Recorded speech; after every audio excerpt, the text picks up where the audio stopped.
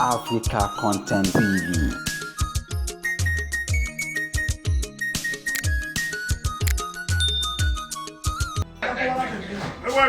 Kiri ni mo ma bí wọ́n ṣe kiri ni ma bírèkì kó náà fọ yí àgbo wọn fọ yí tó bá sọ wọ́n jẹ́ ní ọwọ́ ẹgbẹ́ mi kan tó bá wà gbọ́n rẹ̀ rẹ̀ tó tó bá sọ pé kiri ni mo dá kọ́ kí ló fọ́ ọkọ̀ dátò kiri alákò mi ni o ni mo bóyá gbòmí ló fà sí kọ́ dátò kiri ló dé I ask you to come by 3 this is kọ́ dátò kiri ẹ sà gbòmí ló fà sí jẹ́mu kì í sáré.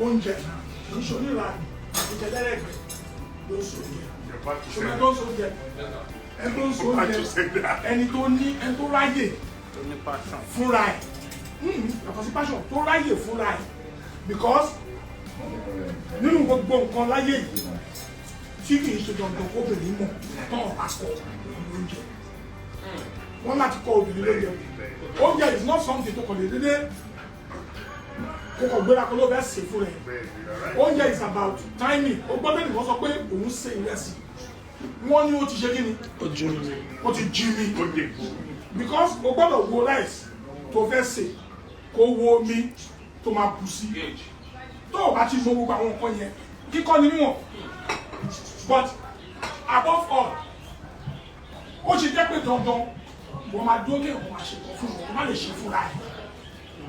Alaji yẹn lọ ní ó ní ṣe pẹ̀lú fashion ní mo sáà fashion. That is it. Ẹni tó lọ fashion ní ìdílé pẹ̀lú ẹ̀. Ọmọ oúnjẹ ṣe gbogbo continental lè ṣe. Fashion. Ṣe ọbẹ̀ ìwúsí lónìí ṣe bí. Ìjọba wọlé sí. Fashion tá Alaji dey for. Alaji could have used this opportunity pé àwọn wà to do other things. But because of the fashion, he always ṣe tó kó lè kó o ní aláwọ̀ tí sọ pé à. Ajé máa ṣe máa ṣe ń jẹ wọlé tó lè wọ báyìí tó ṣe Báyọ̀ adẹ̀ débì. Ìjọba fẹ́ ṣe náà yẹn. Adẹ̀ ti sọ̀rọ̀. The set of God also dey show pé is a man that mọ̀ pé ṣé bàbá rẹ̀ ti dìbò kókó sẹ́yìn rẹ̀. Elesho ayé àgbàlagbà nǹkan tí ọba ńlá tó bá nífẹ̀ẹ́ sí ó máa ráyè fún nǹkan tí ọba nífẹ̀ẹ́ sí ó máa ráyè fún. Ọ̀tá ló ń kó wá. Tani wá lọ́rẹ̀ olóṣì. Ẹ wá ta ló ń kó wá bí. Ní ìmọ̀ tó ń ṣe bí wọn tó ń wá kiri. Wọ́n á yí wọ́n sọ̀rọ̀. Ayé yín máa bàjẹ́ ni. Ayé àrùn olóṣì.